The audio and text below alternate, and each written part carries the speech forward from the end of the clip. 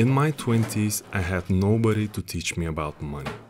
The only reason I was saving was to buy something on my wish list. New stereo, a short holiday, maybe a new smartphone, and after the initial dopamine rush, my account was back to zero and I was back to living paycheck to paycheck. That was until I got my first significant salary increase. For the first time in my life, I could set some money aside. And I did the only rational thing a 20-something-year-old can do. I went out and bought a super fast car.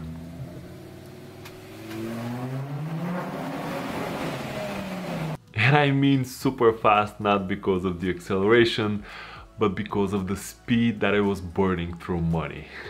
It was incredible. Luckily for me, I had a second job, which helped me immensely to pay off the loan for the car, and I was also able to afford this book, which was a game changer. For the first time, I didn't see money just as a tool to my wish list, but also as freedom. After a few years, I was able to set some money aside, and finally, when I sold the car, I saw the magical number in my account. I felt amazing. Dude.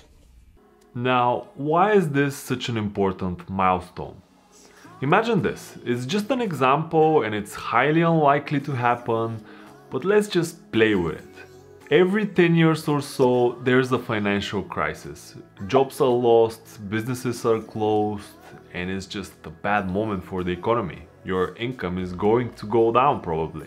Now imagine that during the same period, something else happens, like something unthinkable, a black swan event that happens only every 100 years or so. Like, for example, a virus hits us globally and thousands, maybe even millions of people will die from it. I know, the possibility of this happening is close to zero, but let's just roll with the example. And imagine that because of this virus, all restaurants, public places, shops and everything is closed, and you work in one of those shops. That is where this money comes into place. It's your emergency fund for situations like this. In your case, the magical number of $10,000 could be totally different, could be more or could be less. But let me show you how you can calculate this very easily. A good emergency fund should have 6 to 8 months worth of your monthly expenses, plus a little bit more cash for any kind of other situations like repairs or medical costs, anything you can imagine. In my country, a relatively good income is about 1,000 US dollars. And just for the sake of this example, let's say that your income is equal to your monthly cost, which is pretty much 95% of the people living on this planet, and that all of this is equal to $1,000 per month. It includes absolutely everything: your rent, your bills, food, going out with friends, your Netflix, ice cream, clothes, anything you can imagine. Based on that, your emergency fund should be right about 10,000 US dollars.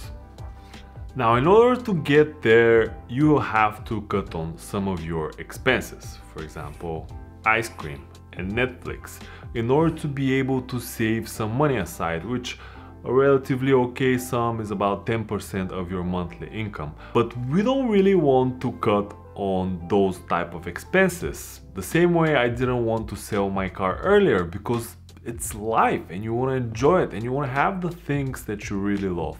Of course, if you want to speed up the process, you can think of different ways to earn more money. On top of my 2 jobs, at some point I was flipping phones and whatever else I could find on the internet, and that's when my emergency fund started really growing fast. Let's look at this example. If you have the monthly income of $1,000 and you're saving right about 10% or $100, you need about 100 months to save up for your emergency fund, and that is by cutting things like Netflix and ice cream. That is totally discouraging, guys. That's why let's look at the other thing. If you're having a monthly income of $1,500, which is pretty much 50% increase, achievable. And let's say you don't spend all of this money, so you don't change your standard of living and you're able to save up to $500 per month, or about 33% of your income. Then for your emergency fund, you need just 20 months.